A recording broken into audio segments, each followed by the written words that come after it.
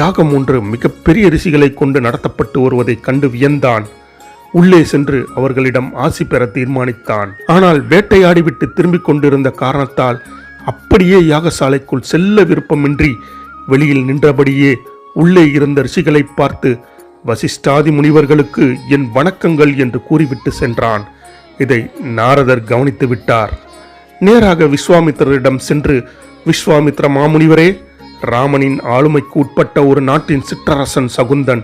அவன் இந்த யாகசாலை முன் நின்று வசிஷ்டாதி முனிவர் யாவருக்கும் என் வணக்கங்கள் என்று கூறிவிட்டு போகின்றான்.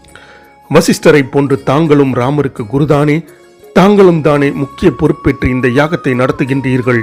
தங்கள் பெயரை சொல்லி சகுந்தன் வணக்கம் தெரிவித்திருக்க வேண்டாமா? வேண்டுமென்றே விஷமத்தனமாக தங்களை அந்த சிற்றரசன் அவமானப்படுத்தி இருப்பது எனக்கு வேதனையாயிருக்கிறது என்று தன் கலகத்தை ஆரம்பித்தார்.